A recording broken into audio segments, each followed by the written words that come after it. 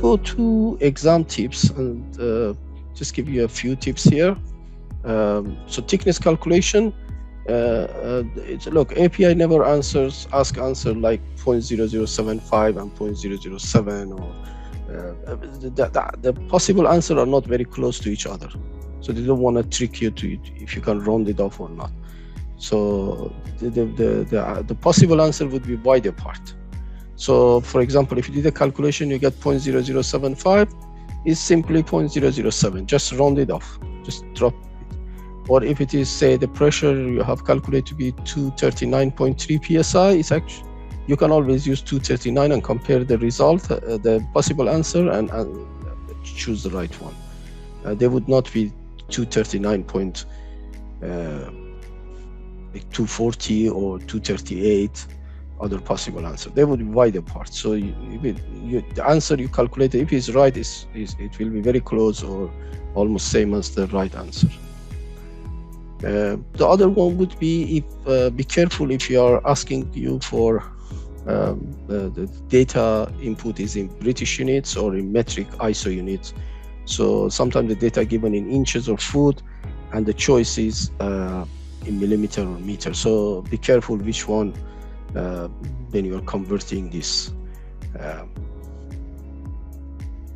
API never uses the type of answer like all of the above, both A and B, or B and C, or none of the above. This answer, there's just one answer that they will ask you to choose. Use common sense. It's most likely that the answer is a very simple question.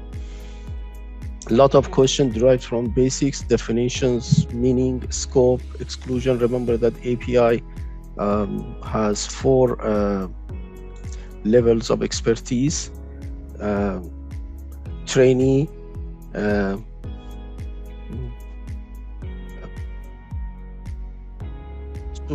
unsupervised inspector, master, and expert. So you being checked according to the level 2, which is you should know the very basics. So it's very important that you understand the terms, definitions, vocabulary, the concepts, etc.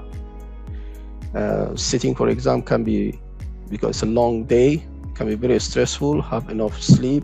You need a lot of energy to endure the day-long exam. So don't cram up the night before. Have a good sleep, more nutrition, hydrated, and let your brain rest so you are full of energy for the exam. During exam, you can eliminate the obvious wrong answers. So you can work the power of deduction in case you're not sure about the right answer. So hold on the mouse which you think is absolutely wrong, and right click and strike them off, so you can concentrate on possible right answers and choose the best answer. Our mock exam question, please solve them. Go to the reference documents, start frequenting them, actually seeing them with your own eyes. Where is it? Because during the exam you need to know how to navigate through the documents, and unless you don't practice it, you won't get the hack of it. Okay, so even if it's a simple mathematical calculation, please solve it. Most of the question actually try to verify your comprehension of principles and theory, so don't just memorize things. Normally it doesn't work. Don't memorize numbers, fig formulas. They're already in the open book, and they don't expect you to know that. If you know, it's fine, but you don't need to know that. So try to concentrate on the concepts and knowledge.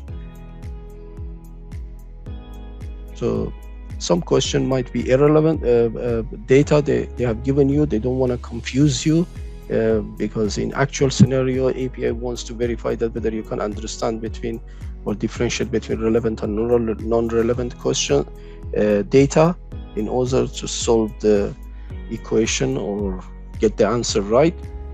So simply go and find the formula, see what is given and what is wanted, and just use those information that is necessary to solve the question, and ignore the rest.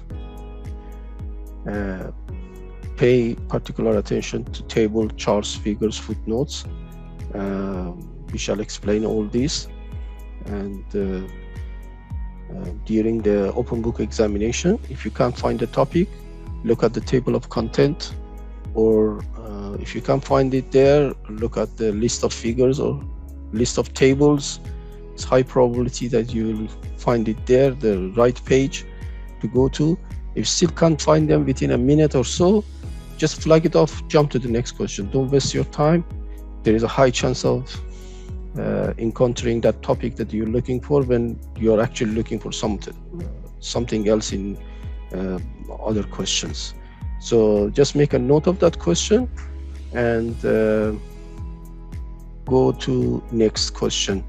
And at the end, you can always come back if you still couldn't find the answer.